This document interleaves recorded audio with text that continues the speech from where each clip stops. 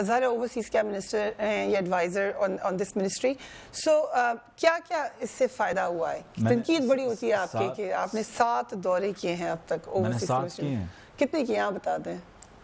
میں نے جہاں تک مجھے پتہ ہے میں نے کسی نے بیچ میں آپ کے پرائیویٹ دورے بھی نہ گن دیے ہوں، لیکن آپ بتا دیں کتنے کیے؟ پرائیویٹ ہی گنے، میں نے 7 دورے نہیں کیے، میں نے کچھ 3 دورے کیے ہیں پی ایم صاحب کے ساتھ، رائٹ، اور ایک آفیشیل دورہ کیا ہے دبئی. That's it.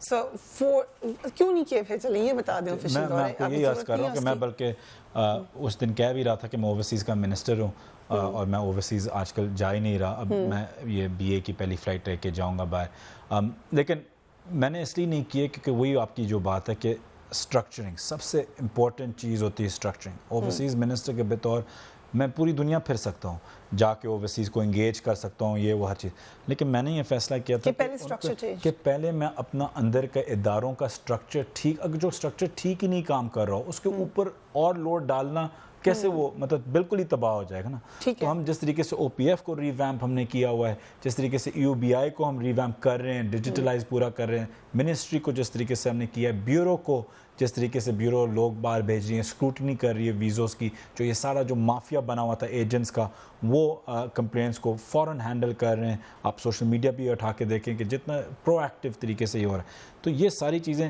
تب ہو رہی ہیں. پھر میں چاہتا ہوں اب میں، کیونکہ اسٹرکچر میرا بہتر ہوا ہے، اب میں باہر کے دورے شروع کروں گا. اس لیے میں آپ کو کہہ رہا ہوں انشاءاللہ آپ دیکھیں گے کہ 1-2 مہینے عید کے بعد آپ دیکھیں گے کہ کیسے کیسے بڑے بڑے بزنس مین واپس برٹش ایئر ویز کی فلائٹ جب شروع ہوگی، it will be a big day in Pakistan. لیکن کانفیڈنس بلڈنگ ایک مسلسل پروسیس ہے. جی پہلے بھی برٹش ایئر ویز آئی لیکن چلے گئے.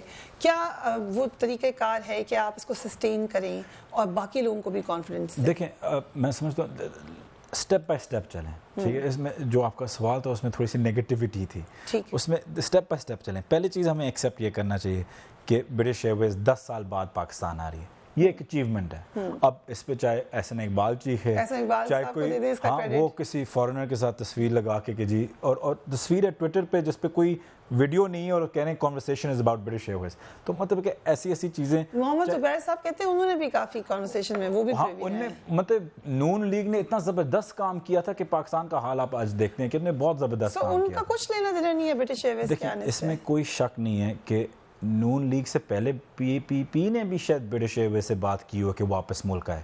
پوچھے کہ تو ہر ملک ان سے بات تو ہر ملک کرے گی کہ آپ آئیں. بات یہ کہ وہ کب اعتماد لیں گے آنے میں.